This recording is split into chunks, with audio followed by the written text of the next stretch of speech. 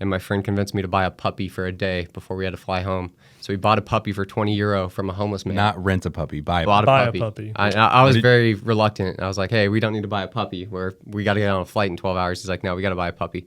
So we bought a puppy for $20, played with it all day, and then sold it for $100 and flew home. Oh my God. The puppy flipping business. So there's the entrepreneurial spirit, I guess. Welcome to the Stacking Habits Podcast with your hosts, David, Matthew, and Caleb. Our mission each week is to dig into the habits, rituals, and routines of guests who are living life to the fullest. But remember, knowledge without action is worthless. So be sure to take what you hear and put it into practice. Turn these words into works in your own life. Without further ado, let's dive in. Well, welcome to episode 10 of the Stacking Habits podcast. This is an in-person interview, so one of the luxuries that we're trying to do is once a quarter, meet up in person and actually have some, I guess we call it skin-to-skin time, but we'll keep it at some belly-to-belly time. Yep. So today's guest is another Notre Dame connection, so Notre Dame alum. Mm-hmm. Our last guest, Dr. Adam Dell, currently teaches there. So depending on how this one goes, we may have to also start fishing in that pond more and more. There you go. Go Irish. Today's guest is Michael Burdell. We are down in the Phoenix area, and we kind of hunt for guests in two different ways. One, we try to find a habit, let's say cold plunge, and then we'll go find an expert in that space and bring them in. Or my favorite is to just find interesting people and then sort of pick and prod at what are the habits that cause them to be effective. So Michael, you fit that latter category. We belong to a same kind of a networking group. We kind of crossed paths there. And I saw that you ran a night golf company. I'm a huge golf nut, so that was all I needed to know to pick up the phone and call you. And of the 6 people I tried to reach out to, you're the only one that said yes. And that's a little bit of the habit we're gonna dig into. So as we kick things off, why don't you just introduce yourself briefly, talk about your background in sales, and then we'll just kind of dig into some of your habits that got you to where you are today. Yeah, absolutely. Well, thanks again for having me, Caleb, and Matthew and David. I really appreciate it. So I'm Michael Burdell. I'm 35 years old. I have a wife and 2 kids out here in Arizona. I have a 4-year-old boy named Jack and an almost 2-year-old named Clark, and they love golf like I do. So I stumbled into this opportunity, which we'll talk about how I got there, of running Arizona Night Golf, which is a company that is trying to install lights on golf courses so people can play at night. So this isn't glow golf with the little hard rock type balls. This is real golf at night, pretty prevalent in kind of the Middle East. There's about 60 courses here in the U.S., but there were none in Arizona until about 2 weeks ago, and the first one launched here. We can talk about that. But yeah, that's what I'm working on right now, and happy to kind of tell my story of how I got there. And my whole thing is creating opportunities. I really am interested in setting habits of finding opportunities, seeking them out, and then just going for it. So. Love it. Yep. Well, we had a night golf course in Indiana, close to where I grew up, and it was perfect in the summer because it's so hot, so humid, and my favorite time to play golf is that hour before dusk. Right. Everything calms down. It gets a little cooler.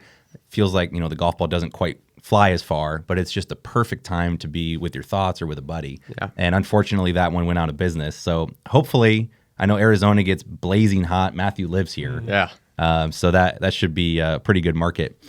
Let's dive in a little bit because I want a little bit of debate because I love the fact you did your pre-research. You listened to several episodes. So you love the Joji episode on personal finance. If you haven't listened to that one, go give that a listen. It's number 8. Talks about a 29-year-old teacher who has a net worth of $1 million already. So you love financial habits. I do. You were a financial planner, I believe, right out of college? I was a financial advisor with Edward Jones, knocking on people's doors. But can I talk about how I got there first? Can I back up just a little bit? Yeah. Cool, I'll dive in. So back in middle school and early high school, I went through a phase. Big Blink-182 phase. Yes. You guys familiar? Yep. Yeah. Of course, right? They're back. They just put out a new album, by the way. So I started getting a little rebellious, trying to feel out, what you can do with all your freedom as a teenager, and picked up a guitar and actually tried to sneak to a Blink-182 concert that I was not allowed to go to when I was 14 years old. My dad caught me right before the car left. My friend's dad was supposed to take us, and I got intercepted and grounded for like my whole life, and that was fun. But yeah, I went through a little phase where I'm like, all right, I'm gonna kind of go against the grain and grow my hair out and play guitar and have some fun. But baseball was my whole life up to that point. And so I got into high school and I had long hair, and we were a brand new high school with this like young, energetic, like 20-something-year-old baseball coach. And he said, anyone who makes this team has to have, militant type short hair. And I was like, oh man, this guy, he said that just for me. And so long story short, I didn't make the team. And I kind of was like really bummed because I was really good at baseball in my own mind and, had made all. Wait, you didn't make the team because of your hair? No, he just kind of warned that, but I think it was kind of like an attitude thing. He just didn't want the guy with the long hair on the team. It wasn't what he was going for. What do you have against long hair? I have nothing against it. I love it. I like the locks. So anyway, I kind of went into like this, okay, fine. If I can't do the thing I really love, I'm just going to kind of shut off from all the extracurriculars that you can do in high school. I'm not going to do student government. I'm not going to do this or that or the other. So I really kind of dove into like this little counterculture of the cool kids who played music. And so I started a band and had a lip ring and long hair and the whole thing. And it was awesome. But I still kept my grades up because I did have ambitions to like go to a good college and things like that. So I was like a fake cool kid, but it was fun, and I didn't do too much in high school. I just kind of went with it, still got good grades, still took good classes. But other than that, it was like, all right, I'm not going to play the game. I'm not going to do it. So real quick, apart from being grounded for your life, so Michael's mom and dad, if you're watching, he's out of the house right now. So I don't know if you want to bring him back home. But apart from that, did your parents push back a lot on your rebellion, or did they just kind of let you kind of have some room to finagle? Before high school, they were like, what is wrong? Why are you purposely getting like D's and C's in your classes? And I was like, because it doesn't matter. Like, it's not going to go on a transcript. I'm in 8th grade. It doesn't matter. And that's why I got grounded and couldn't go to the Blink concert in the first place. But then in high school, they're like, all right, as long as you like, we had to deal. Like, I had to get good grades. I had to do a couple other things. They're like, as long as you're like keeping up your end of the bargain and, doing the high school thing the right way, we'll allow your little rebellious stage. My dad went with me to the tattoo shop to get my lip pierced because I met all my criteria. I was like, this is so lame, like going to get a piercing with my dad. But yeah, I made it through. So I made it through high school, like not too many extracurriculars, but then I got into my dream school, which was Notre Dame. My dad went there, so that's kind of the school I always wanted to go to. And once I got in, I didn't think I would get in, but I was lucky enough to. When I got admitted, I said, you know what, I'm going to kind of shift gears and change and just do everything I can and fully immerse myself. And, I have this opportunity. It's a really good opportunity. I want to get involved to the maximum extent that I can. So that was kind of my mindset going into Notre Dame. So cut my hair, did the whole thing, like grew up a little bit, it's that time to move on. And so I got involved in student government. I did boxing club. They have a really cool boxing club called Bengal Bouts there. So I started boxing. Never did that before. Had 2 or 3 jobs. The coolest one was a tour guide because I just fell in love with that place and loved to share it with others and kind of tell the Notre Dame story and walk around and meet cool people. So I got to do that, which kind of led me on a whole life trajectory that we can get to. I went and studied abroad in London and made some great friends there. And speaking of opportunities, one of our things we did in London, we took a little weekend trip to Barcelona, Spain, and my friend convinced me to buy a puppy for a day before we had to fly home. So we bought a puppy for €20 from a homeless man. Not rent a puppy, buy a puppy. I was very reluctant. I was like, hey, we don't need to buy a puppy. We got to get on a flight in 12 hours. He's like, no, we got to buy a puppy. So we bought a puppy for $20, played with it all day, and then sold it for $100 and flew home. Oh my God. The puppy Puppy flipping business. So there's the entrepreneurial spirit, I guess. And just Did you know you could sell it for $100 when you bought it? No, it's actually a crazy story that could take an hour itself. All right, we don't need to go there, but we had a sign saying €100, and everyone's like, no, we're not. We're all tourists in Spain. Who buys a puppy? That's insane. So, but then right before we had to leave, some girl ran up to us and she's like, I got the money from my parents. I really want this puppy. Here's your €100. And we felt kind of bad, but it was $100. So we were broke. That's cheap for a puppy. So anyway, I did as much as I could, intramural sports, and I did a sales internship as well. And that's when I learned that I was pretty naturally gifted at sales. I was just selling ad space for our university directory phone book. And there were 5 of us on our sales team. And I eclipsed the other 4 combined in how much we sold that summer. And I was like top 5 in the country out of 500 kids who did this around the country because I could just walk into a small business and kind of tell them, I just had a good compelling pitch. And I got a lot of people to sign up. And I was like, this is pretty cool. I think this is going to be my career. So did they teach you how or give you a script, or you literally just figured it out? No, I mean, it's just a little summer internship, like a little 10-week program. And they said, here's what you're selling. Here's the prices of everything. You got to go talk to business owners and follow up and collect the money. And they gave us the process, but it wasn't like sales training. It's like, figure it out. So I was able to figure it out. I kind of cracked that nut. And as we alluded to, I'm a huge golfer. So my goal was to sell as much as I could the first half of the day and then go play 9 holes in the afternoon. And so I figured out, hey, sales is what I want to do because I can do that. So then after school, I got my first job at Edward Jones, which is was a financial advisor. And it was 2010. So it was about 2 years after the financial, crash. And I'm a 22-year-old. I wanted to open an office in Phoenix, Arizona, because I kind of grew up in Arizona. So I came out here, and their whole model is they're kind of like the State Farm model. You have to be like the friendly neighborhood advisor, and you open a little local office, and you introduce yourself to everybody in the neighborhood. And you do that by literally knocking on doors. So it's not like Cutco Knives door-to-door salesman, but it's pretty close. But I'm a 22-year-old wearing a suit and a tie out in like 110-degree Arizona summers, knocking on people's doors after a financial collapse saying, will you invest your life savings with me? With a young kid. Right. Yep. And so that was probably as tough of a sales pitch as like you can come up with.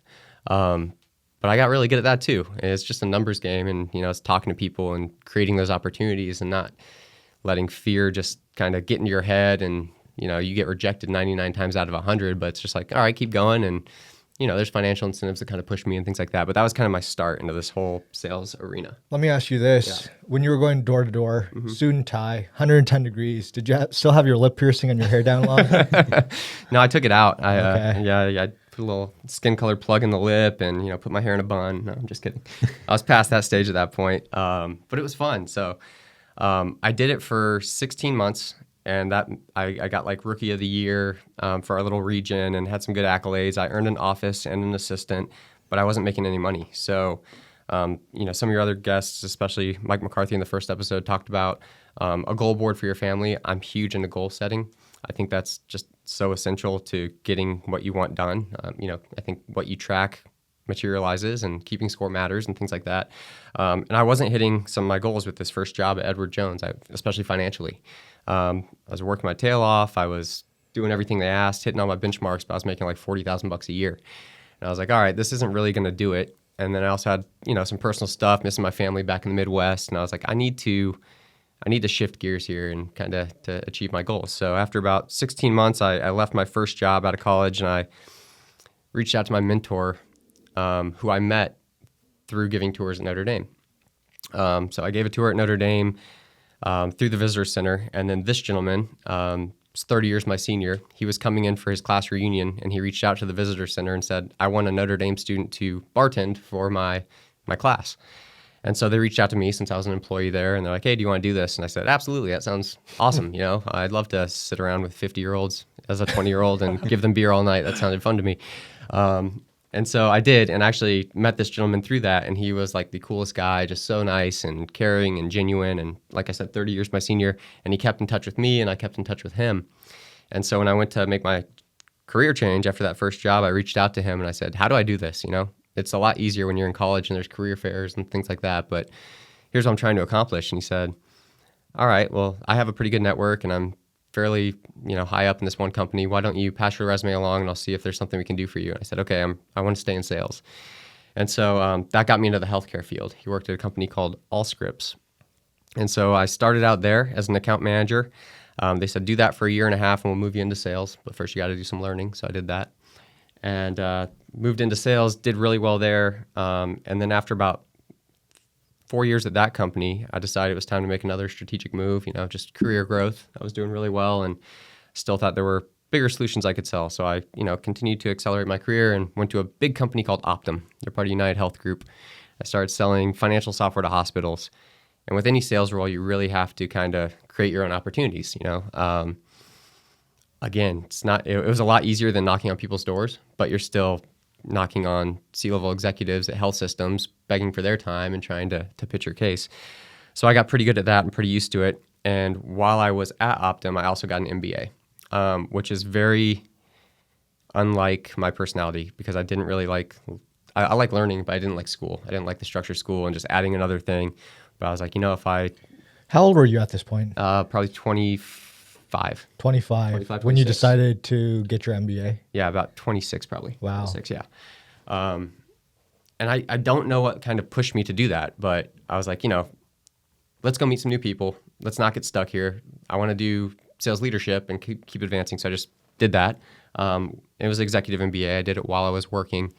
And then once I got that MBA, my wife and I also got married, and we said, hey, we want a change of pace. We want to relocate. Let's pick the coolest place in the country and move there and try to make a life. So you moved to Denver. So we moved to No, we moved to San Diego. Okay. But Denver would have been a cool place. San Diego's pretty cool. I love San Diego. Yeah. Yeah.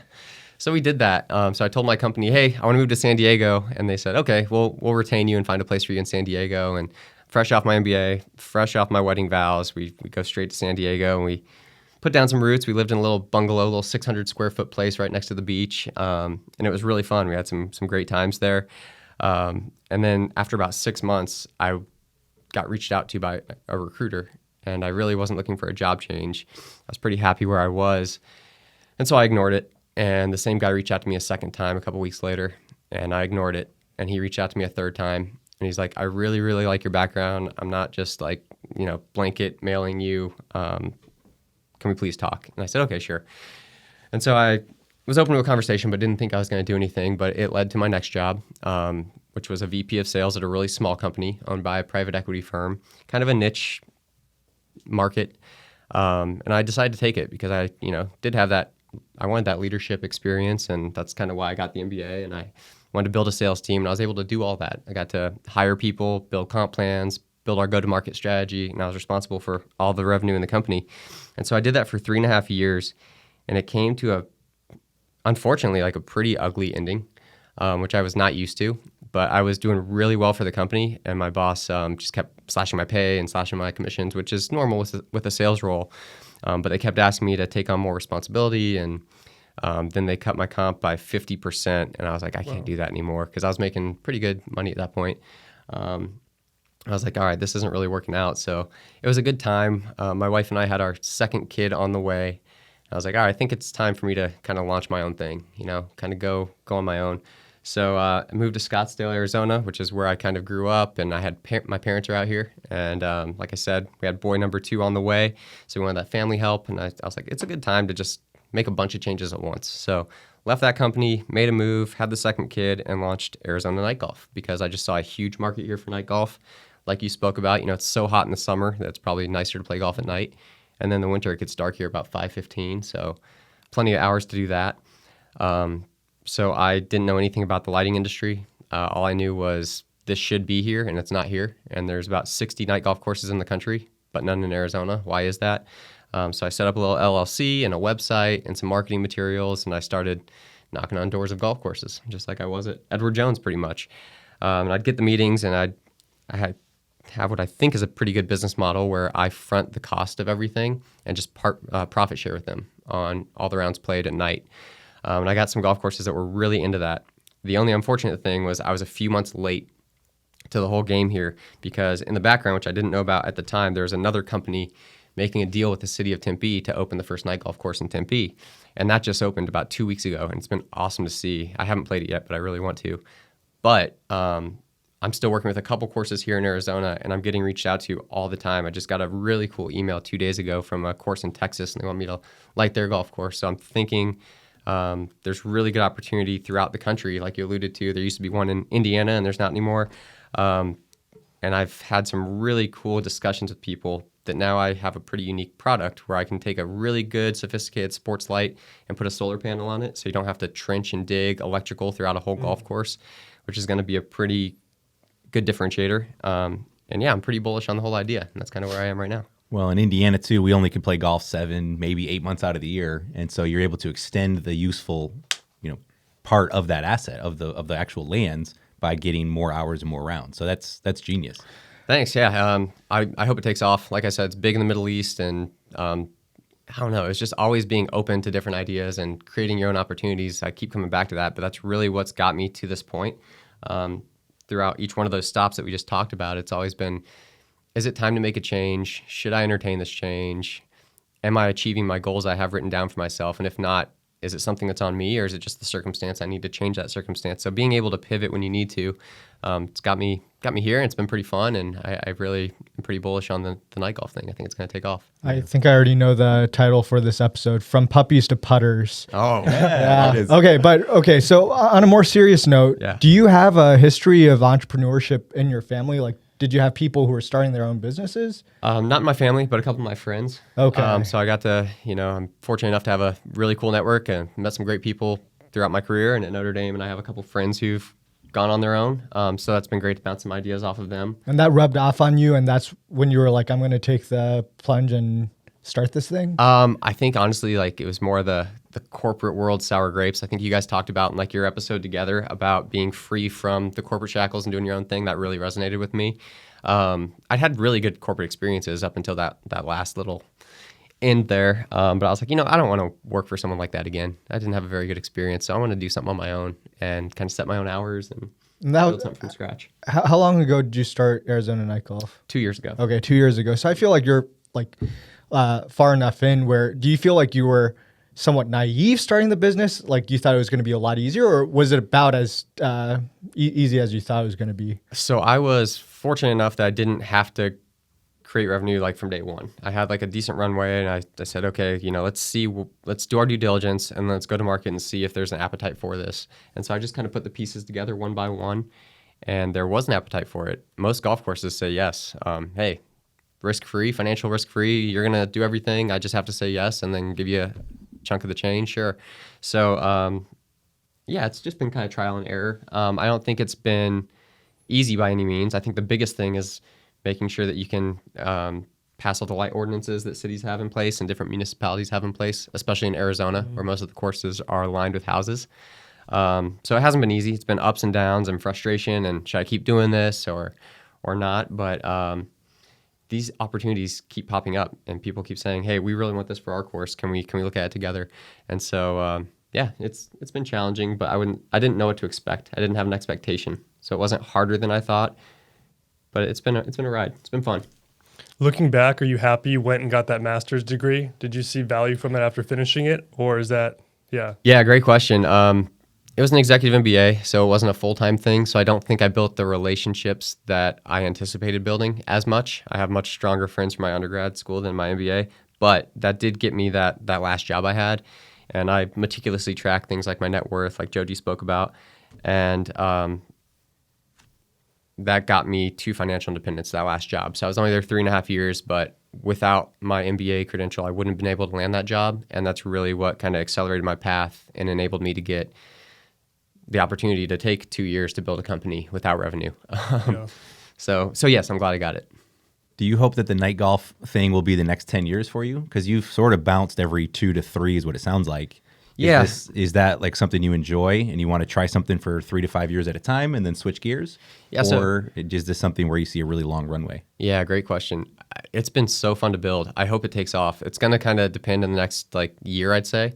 If we get a couple up and running, then it's going to be a long-term thing, and I'm going to try to grow it and expand it and go nationally. And but I think it's really just we have proof of concept now here in Arizona, and there's some others throughout the country that I was not a part of.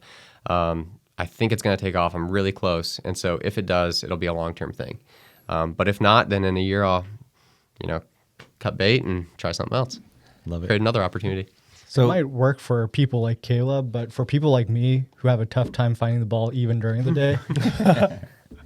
That's the Those beauty glow of in the it. dark ones. We've got to be getting there with technology where there's going to be a sensor in the ball and it's just going to tell you where it is. Like Well, at that point, just get the sensor to, just go straight. Go straight. They have Yeah. it. Oh, really? Yeah. Huh. They'll kind of control the spin rate, and it's kind of futsy, but Does it affect the ball too much? Is that why they don't use sensors in golf balls, or is price? Top Golf has them. It's Well, price, Top Golf has them, yeah, and I guess they it's do. not as good. Like you're trying to get that efficiency into the golf ball. Although they're rolling the ball back, so add some sensors to it. Let it go. I saw there is a company that does that. They track your golf ball, and you can get a little app, and it'll beep at you when you're close to Really? it. But it's like a rock, and it's expensive, and they don't play well, and they're Yeah, not good you're not balls. getting the spin. I'd lose 3 of them anyway per round. Yeah, you're sick of losing $5 golf balls. Try $25 golf balls. Well, Michael, thanks for laying out the backgrounds. I know for me, so I want to kind of dig in right now to the habits. Sure. So there's some habits that have been sort of similar that have carried you all the way through, like a lot of different sales jobs. Mm-hmm. And I'm sure you've had to just apply different habits along the way as well. So as you kind of just zoom out for a second, what are some of the habits that have kind of shared across all the different roles that you've had? Yeah, great question. And a lot of them have been discussed on your guys' previous episodes. So without going too far into the weeds, goal setting is the biggest one. I think like Mike McCarthy said, if you want to do something, write it down. If you really want to do something, hang it up. I think that rings so true. I've always done that. I make goals on a daily basis, just like, here's my to-do list, but then also on a quarterly basis, annual basis, long-term basis, things like that. And I'll have personal goals, professional goals, and business goals. And professional and business are different. Professional is kind of what I want to grow into and what I'm trying to achieve professionally long-term. Business goals are here's what I want to accomplish for my business this quarter. So those three tranches, and I've, like I said, quarterly, annual, and long-term for all of those. That's been the biggest one. How long term are you talking? 5 years, 5 years. 10 years? 5 years. Yeah. And then I think one of you alluded to putting on pants is a big one to get your day started. So you don't feel like you're working from home or on an island, like really putting on a belt. I think that's what it was. I think it was a David quote. It doesn't sound like me. I remember when we talked about that, though, just getting ready for the day. And even if you're at home working, just presenting yourself like you're going to go out, change your mindset. Yeah, for sure. So I have a home office, and that's work for me. The rest of my house is my house, and I try not to bounce around too much. I'll go to the kitchen and get a seltzer or something like that. But when I'm in that room, I'm working, and I'm dressed for the day, and I'm not just like, okay, I'm going to go check my emails while I'm in my, basketball shorts. And I think it's really like kind of prepping, getting in that mindset and being like, this is work. The rest of my house is my house. That was really instrumental for me. This has nothing to do with those professional habits, but one habit I started January 1st was doing 50 push-ups and 50 sit-ups a day, every day. I like that. And I challenged 6 of my best college buddies to do it with me. And 4 of them said yes, 2 of them said no. And of the 4 of them, 2 of them lasted more than like a month. And then one of them dropped off after like 3 months. And there's one still doing it with me. It doesn't sound hard, but it's so hard to do something like that every single day. And that kind of starts my day for me. And I'm like, all right. Do you have money on the line? There's no money. It's just bragging rights. And he's a very accomplished guy that I really respect. And he's like at CrossFit, and he's always talking about his fitness and stuff, and I don't do any of that stuff. And so I just like beating him because he's like, hey, look, I won CrossFit Member of the Month. And I'm like, I'm going to email your CrossFit gym and say that I'm beating you in our push-up contest. And you're can't even do your sit-ups every day. So beating that you've done it every day, or you're doing more a day now than he is? So he skips a day, and then I'll make it up the next day. He kind of cheats a little bit. That doesn't really count. I've been consistent throughout. All right, so you're the winner. I'm the winner. Michael Burdell, you've heard it here. He's the winner. Thank you. Have you noticed a difference in time, like when you first started versus now? Are you faster at it, or do you feel stronger? It's still kind of like have you heard the expression like eat your green frog first? Yeah. It like means do the thing that you really Does it have to dread be in green? the day. Yeah, Of the day. It does have to be green. Yeah. So that's still kind of like my frog every day is like, oh, I have to do these push-ups and sit-ups. But I do it, and that like starts my day and jump starts me. And it just gets me in that mindset of, all right, I'm ready to achieve things today. Like I can do tasks. It hasn't gotten significantly easier, but it's just part of my day now. It's just like, all right, here's something I'll do. So no, I still stink at sit-ups and push-ups, but it's a fun challenge. It's almost New Year's. You guys could try it out next year. Are you going to quit at the end of the year? I'm going to do a different exercise regimen next year. So yes, I'm going to quit, but I'm going to replace it with something healthy. Perfect. Yeah. Going back to the goals, do you have like an annual or a quarterly thing on your calendar where you set aside a certain day or a morning? Like how do you actually fit that into the rhythm of the year? Yeah. So I'm big into scheduling. I think you guys spoke about that on your personal episode as well. For me, if it's not on the calendar, it doesn't exist. Exactly. Yeah. So there used to be time set aside when I was at previous companies where I said, all right, it's time for your quarterly business review, where you had to put some time together. And that's when I would do my goals for that stuff. But now that I'm not in the corporate world anymore, I just do set aside, all right, end of the month is right here. So a couple days before, let's plan out what we're going to do next quarter. Let's reflect on how we've done. And the reflection thing's huge too. You have to look at that not just at the end of each quarter, but throughout each quarter and each year to make sure you're on track and that's still attainable. And if not, why? What am I doing wrong? Do I need to pivot, make changes, things like that? So I think that's probably the biggest thing is goal setting and making a habit of staying on track and holding yourself accountable. But yes, have to schedule it. Have you read Traction? No. Should I? It's a really good You're already doing everything in it, essentially. Their big thing is rocks, but also setting up those rhythms. Okay. And so the rocks, you've heard the analogy, if you put sand in a jar, Yep. and then you try and put little pebbles and then big rocks, you can't, because Right. it's already full. Heard that. And so instead you say, what are the big things I want to do? And Matthew, correct me if I'm wrong, you've read it probably more times than I have. But put the big rocks in first, identify what those big goals are for the year, and then everything else can just fill in around that. And then you'll have a meaningful year just by nature of picking 1 or 2 or 3, big rocks to actually accomplish. We've implemented Traction in 2 of our businesses, and it's been game changer for me, especially like sort of overseeing both these companies and figuring out how to split my time equally. It really helps you prioritize and sort of, it's like the rocks principle, right? So you're just focusing on the big things first, and then everything sort of sorts itself out. So yeah, I'd highly recommend it to anyone out there. Yeah. Yeah. Go ahead. I was going to say one thing, this is on the topic, but so I've read Traction I'm actually reading through Traction right now, but one thing I didn't know about until this last time reading it is they have another book. It's not called Traction, but it's a much thinner pamphlet basically for your employees to read that demonstrate the process as an employee level would need to Is it know called them. What is EOS? Or What the Heck is EOS? I think it's What the Heck is EOS. Have you read that? I gave it to some of our supervisors, yeah. Okay, I haven't read the minute pamphlet, but I was like, that's really, really smart because like most employees aren't going to read this entire book meant for owners, but it is nice they have a framework of what you're trying to accomplish as an owner. And so I love that idea for that guy. So if you have read Traction, go grab that small book. I just ordered one and should be at my house sometime soon. But I thought that was perfect. Have an employee, give them that, they get understanding of it too. And then you as the business owner can read the full book and get all of it. The important thing with Traction too, I don't want to get too sidetracked, but like Traction is really a playbook. It shows you step by step what to do. And what I've realized is it's so important that the entire organization is synchronous with those steps. And if, company-wide you're doing the L10 meetings, the level 10 meetings one way, but then down on the departmental level, they're switching it up, it doesn't have as much of an impact. And so, I think just like having a manual that, because like if you're a manager or a supervisor or just an individual contributor in a company, you may not be interested in reading a whole book. You just want the meat or the gist of it. And, I've even seen one pagers where you don't even need to read anything. You just follow the steps. The steps for the meeting. The outline. Yeah. It's really powerful stuff. How many times have you read the book? This is my second time reading. I read it a long time ago, and I was like, whatever I start next, I really want to implement this. Just get a structure to weekly meetings, quarterly goals, all that stuff. Brad has implemented it with General Air, and he's loved it. Daniel Stringer, guy that runs the business out here, has implemented it, and both of them have said it's completely transformed their business, just having that structure and everyone at every level on the same page of how every meeting goes, how goals are structured. And so I'm just rereading it right now so I can kind of be refreshed. Whatever we start next or I start next can really start from ground zero with that philosophy in mind. Do you read other books more than once? Only if I've either liked them in the past and kind of forgotten a lot of what I read. I'll go through. Most of the time I don't, but certain books just, I think, warrant reading a couple times. So, Michael, David, do you ever read books more than once? Traction's probably the only book I've Wow. read. That and the 21 Irrefutable Laws of Leadership by John Maxwell. Yeah. Yeah. Usually just once. I'll come back to one after a decade or something if I kind of forgot or want to go back to it. But I do read a lot of kids' books over and over again. oh yeah. Like Where the Sidewalk Well, Ends, that I'm on like counts. number 20. Oh, I love Shel Silverstein. That's one of my habits I'm toying with this year. I almost never watch a movie twice, read a book twice, because there's so many different ones out there. Why would you like go back and read something else? But the reality is we change. So from 5 years ago, 10 years ago, when you read Traction, we're different people. And you're going to then just naturally soak up different information.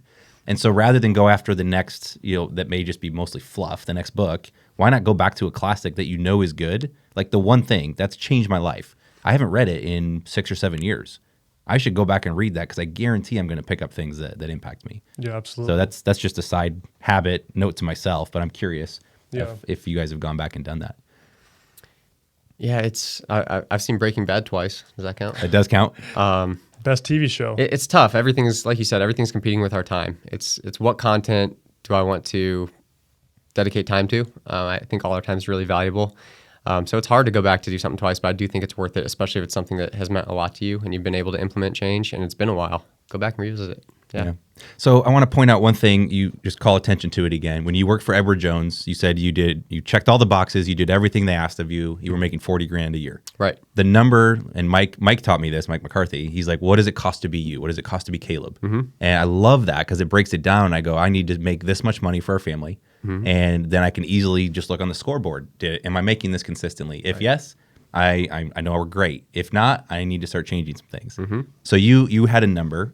How do you apply that today running a startup? You're still, I guess, pre-revenue. You've not made $1, right? Correct. So do you have an end date that if you don't get your first sale, you're gonna cut bait? as you called it? Or how do you have those goals right now where it's sort of a nebulous, brand new thing that is the entrepreneurial venture? Yeah, really good question. So I took 2 really good like test bullets with 2 courses, and the first one got shut down due to light ordinances. There was like a specific thing written in their document with the city from 1995 saying you may not ever have night golf on this course. So we worked with like attorneys to overchange that, worked with the HOA, and the relations between the course and the community weren't very strong. And so it was kind of an angry mob, and they said, no, we're not going to change it. That's why whiteout was invented. Just what clause? Exactly.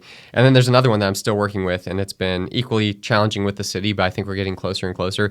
So we've already kind of come and gone from, hey, if this isn't making me money by this date, I'm going to stop doing it, because things keep coming up and other opportunities keep presenting themselves and other courses keep reaching out, and I'm learning more and more.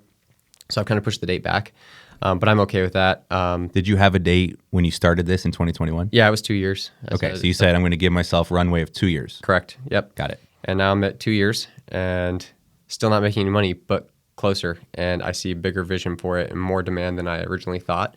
So I'm going to give it some more time. I don't know what yet. I'm just kind of seeing how each step goes. There will be a time, I always reflect on this. I'm like, is it realistic? Is this going to materialize? Is this going to be something that's worth doing? And the answer is still yes. And if the answer is ever no, then I'll, seriously put a job search together or reach out to all you guys and say, hey, can someone give me money to do something, please? But yeah, I think it's something that you always have to look at. And again, pay yourself first, or how much does it cost to be you? We're still within those boundaries and we're still meeting our goals and we're fine for now. So I'll give it another year and hopefully there'll be lots of night golf popping up. Yeah. And there's a lot of things you don't know starting a business. You don't know what the lead time is. You don't know what the sales cycle looks like. And we get so used to, like, even on your LinkedIn, it says you've generated over $173 million in revenue since 2015. So you're obviously numbers driven, you're goal oriented. When you run your own business, you can't force somebody to buy. Like, we ran a software company. We can't ever force someone to pull out their credit card and give us their money, right? So what you can do is control the aspects and the habits that are in front of you. So if you reach out to 5 courses a month or whatever metrics you can control, it's kind of up to the universe, God, whatever you want to call it. And then you just have to understand that industry, which you knew nothing about coming in. Yeah, I think sales is all a numbers game. And I think it's so easy to set goals and see if you're ahead or behind and see, okay, I'm doing my activity, but it's not producing results. What am I doing wrong? And get some coaching. Sales is just so numbers driven that it's a lot easier than a lot of other things to track how you're doing. But it's important. It's important to do that in all aspects of your life, even if it's not sales related or money related or numbers related. There's other things where you can say, am I on track? And if not, why? And just reflect on it and pivot and do what you need to do. But yeah, it's a numbers game. It's been good. And I can't force people to buy it, but there's good demand for it. And I have people reaching out and I think it'll work. When are you going to change the name from Arizona Night Golf? I had a conversation about that yesterday. I think very soon. Just need to set up a new LLC. And if you guys have a good name for me, let me know. I think you could actually avoid the LLC. I'm not a lawyer, but you can do a DBA. So you could actually keep the Arizona Night Golf. And then just wait, why do you have to change the name?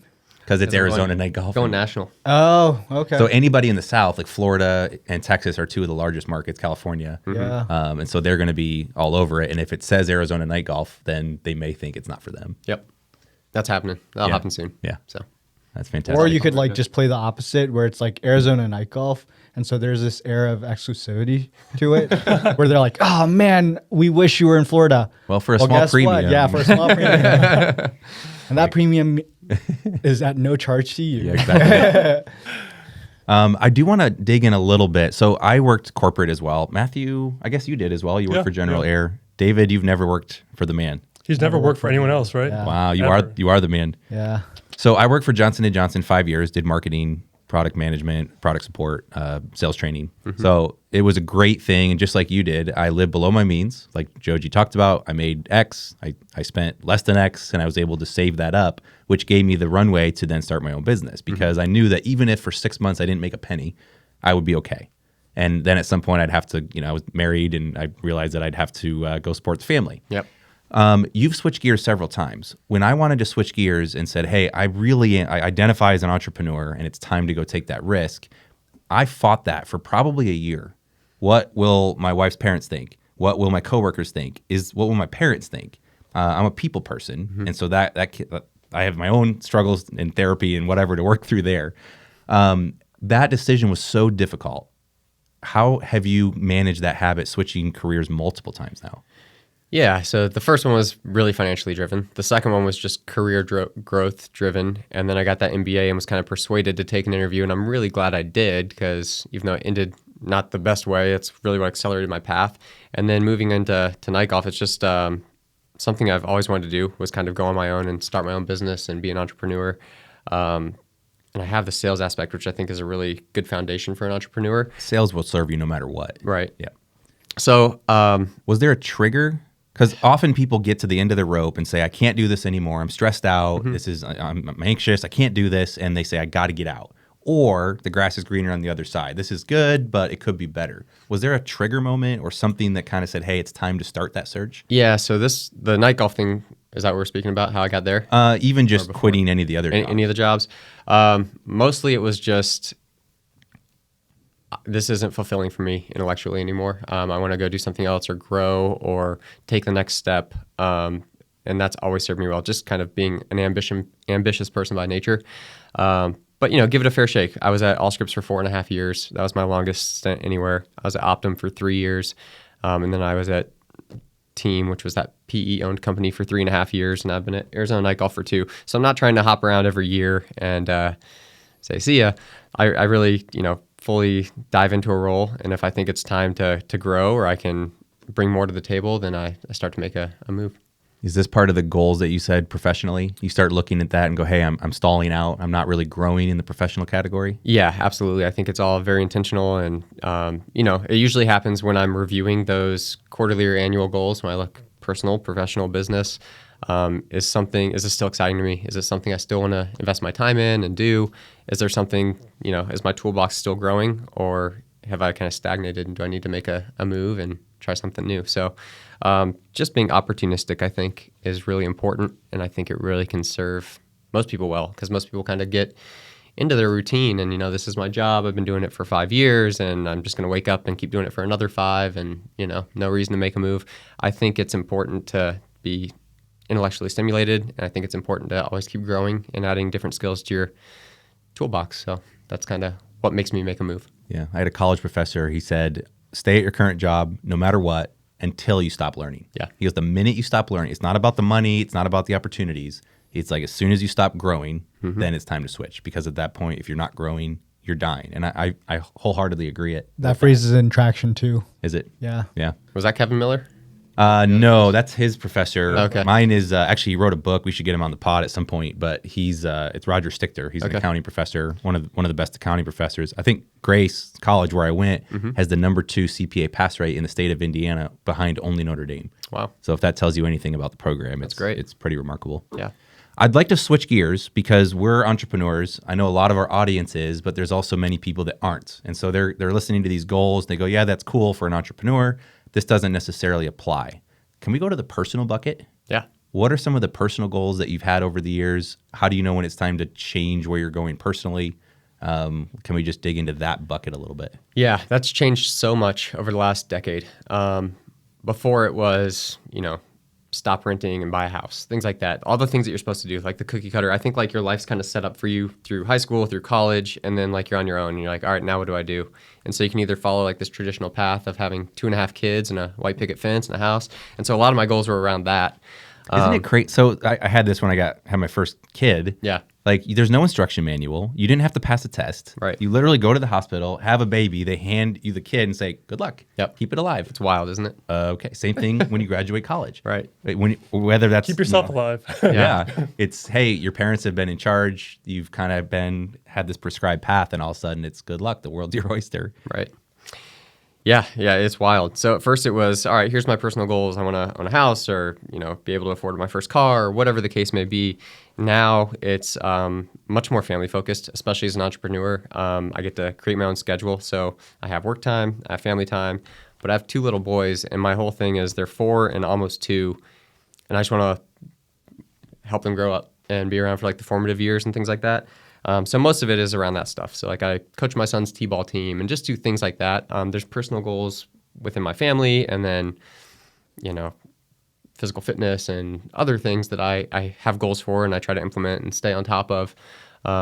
And those are really fun. That's kind of what, I think life's so much more than business. I know this is kind of an entrepreneur-based podcast, but it's about having fun, traveling, seeing the world, having experiences, being with the people you like. And that's what I set most of my personal goals around now.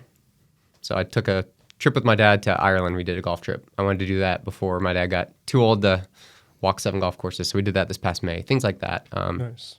Just, trying to make life enjoyable and feel fulfilling. Yeah, I think it's easy to get focused on just one thing and just say, I'm going to be an entrepreneur, business owner, and just do that. Mm-hmm. And if you do, you get myopic and just kind of focused on that, you end up missing the bigger picture. And so many people, Charlie Munger just passed away, and they interviewed him a month or 2 ago and said, do you have any regrets? 99 years old, probably worth, I don't even know, more than $1 billion. It's Warren Buffett's right-hand man, so business partner. And he said, I wish when I was in my 30s, or when I was younger, I would have caught a 200-pound tuna. He goes, I wish I had that experience. It's not, I wish I didn't make this investment, or I wish I bought crypto in 2012. Right. It's, I wish I had that experience. Yeah. And so he's had all the business success in the world. And all he wants is his childhood back to go catch a big fish that he was not strong enough to catch at age 99. That's a cool story. Yeah. A lot of mine revolve around golf. I'm like, all right, I want to get to this number, things like that. Those are fun personal goals. But yeah, it's just taking advantage of the moment and the time and what you can do in the present. I think that's really important. So it's like that Mike McCarthy interview when he was talking about their family goals and how like he wants to learn sailing, something he's always wanted to. I feel like all of us have like one random personal goal we've always thought, hey, this would be really fun if I do this someday. And I feel like just like entrepreneurship, that always itches at you if you're not pursuing it. I feel like we all have one or two things you've always like, I would really love to do that. I bet that doesn't go away. Like he's saying, I bet that urge to go out and catch a big fish he's had for a long, long time. He just never pursued it. And so I think it's be fun to set a personal goal like the sailing one where you're like, hey, I just always want to do this. No reason why. I just think it'd be fun, cool thing to do, and just set that goal because you'll likely still want to do it 30 years from now, but maybe not as capable then. So side note on that, Mike texted me yesterday, and I was commenting his is the most listened to podcast, which it was our first episode, so that makes sense. But there's some other ones catching up. But he goes, hey, I know you're kind of an accountability buddy. And he goes, I had the sailing thing plans. I had the trip booked and I got sick and I couldn't go on it. And so it fell apart, but he goes, please hold me to it. I'm going to do it next year. So Mike, we're going to make sure you hold to that. He was learning Spanish and everything. Yeah. Yeah. That's awesome. What's your guys? Do you guys have one thing that you want to do in your life that you haven't got to yet? One thing? Well, they've done their summit. Yeah, we did Kilimanjaro in March, which feels like forever ago, and it was only 9 months ago. Yeah. Yeah, that was pretty that was pretty momentous. For me right now, like the one thing is for sure having kids. So I don't have any kids yet. And so that'd be my one thing. And then I think after that, probably having grandkids. Yeah. That's cool. Yeah, I don't know. I was thinking about that the other day. I'm not sure what one major thing I've kind of always wanted to do. I'll have to think about that more, but it's something I've been wanting to think about a little more and figure out one or two just personal things I can pursue, just a goal, whether it's a fitness-related goal or an event or something like that, where it's not just an endless, hey, I want to get in better shape, but hey, let's do this specific event 2 years from now or do an Ironman or something like that. But I don't know exactly what that will be yet. Shave half a second off your 40-yard dash. I was going to ask you to bring your sensors. I should have brought those. I didn't. We did the sprinting habit. He got some of the equipment. I did. Yeah, that was fun. Yeah, part of this Amazon influencer program thing, and I got it for free. And so there's like little laser sensors. You have to tell the story a little bit like grander than that. So these sensors, it's like a spring sensor. Yep. So it tracks how quickly you sprint, and these are like hundreds of dollars online. Yeah, I checked. $300 to $600. Yeah, they're expensive. Like yeah, they're expensive. And so I saw that online, and I was like, I'm not buying that, and that was it. I moved on. Matthew, what did you do? Yeah, well, I'm part of this Amazon influencer program thing where I can make review videos of products that shows up on the product page on Amazon, and you have to be approved to do that. So there's not a ton of videos, and so products want their products reviewed. And so like I figured out if I reach out to the different companies, if I want a random item or if I'm about to buy something on Amazon, 9 times out of 10, they send it to me for free. If I say, hey, I'll make a review video of this product. And so once I figured out how much those sensors were, I was like, Dave, I'm not spending that for the sensor. I was like, but I kind of want to track it like that. I want to do frames from a video. So I reached out, and sure enough, the first company is like, sure, we'll send it to you. And so, yeah, they sent this out, a laser at the start, a laser at the finish, and it tracks it and shows your time on the thing. Took the whole family out, and our 2-year-old, I think, averaged 18 seconds. Our 4-year-old was like 12 seconds. My 6-year-old got like 8-something seconds. And then my wife and I did it. Your time was really good. It was decent. The only thing is, I think I ran too fast because now I can't improve. Our goal was to improve the most in 3 months, and after that, I was like, dang it, I should have ran slower for the first one. What was your time? It was 5.06 something. I couldn't break 5 seconds. It was 5.0 something. Is this a 40? 40-yard dash. Yeah. Wow, that's impressive. Yeah. Well, thank you. I'll try and break. I guess I have to break 5 in order to improve upon that. So, but yeah, it was fun, and so we'll have to time you guys with that next time you're out here, I guess. Try it. That's funny. It'll be fun. In terms of personal goals, I was trying to rack my brain. I like to do more adventure goals. So do a sprint triathlon, climb a mountain. We're going to do the triple bypass next year in Colorado. It's 3 mountain passes in one day, 120 miles, 12,000 feet of elevation change. My brother, I have a twin brother and a brother a year younger, and so we're crazy enough to try. But something that popped into my head was I want to learn Spanish. Yeah. I know maybe 50%. I can get around, I can operate, I can order food, but I can't carry on a full conversation. And I'm a smart enough guy, I should be able to figure it out. And it opens up so much of the world. Central America, South America, Spain. Spanish is a very common language. And it just shows, and I have to imagine with Google Glass or something, that AI, it's just going to be there at some point. They already have it where I can speak English into my phone. It translates it. But it's so much more meaningful to say, I care enough about you to learn your language. That's great. And our town is 15% Hispanic. Like, I have tons of opportunity to practice. So I think that's something for me. It's like, I just got to bite the bullet and set that as a goal. I love it. Yeah. Mine's write an album. I want to write an album. I think that'd be fun. I also want to... And perform it? No, just write one. write like, one. record it. Just Record it. Record Okay. it. And then I also want to shoot under par, which I've never done. I've been close, but I've never done it. What's your On handicap? 18 holes of golf. Got down to a 4.5, but now I'm a 7.5. Okay. But I just started taking lessons from a new coach, and he's really good. And I have the bug again, and I'm going to do it. All right, we can talk after on that. I got down to a 0.5 during COVID. I'm back up to about a 4 or 5 now. And if my golf buddies are watching, I'm an 8. So I have shot under par 3 times now. Awesome. And one was 1 under, and I remember just being so nervous. I had to bogey the last hole, and like I was just all over the course and got the job done. Good. And then the next 2 were both 4 under rounds. Like at some point, you just break through. Break it's like, through, yeah. It's like golf's easy, and then the next time you play, you're reminded that it is not. Yeah, that's great. Well, Michael, I want to be sensitive of your time. I know you have a tea time, so thank you. I do. Thank you for saying yes. Thank you for jumping on the opportunity here. Really great to hear your story, and you've done the most homework of any guest.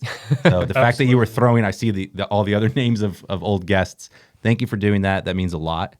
And if anybody's listening or watching that owns a golf course and you want to put lights in, reach out to, ArizonaNightGolf.com. Yes. Do you want to leave any other contact info? I'm on LinkedIn, Michael Burdell. I'll respond. So if anyone wants to chat, let me know. But no, really appreciate all you guys having me on. This was wonderful. I love the podcast. I think there's great bits of wisdom in every episode so far. So I'll keep listening and hope everyone else does too. Awesome. Well, we really appreciate it. And we'll catch you guys all next week.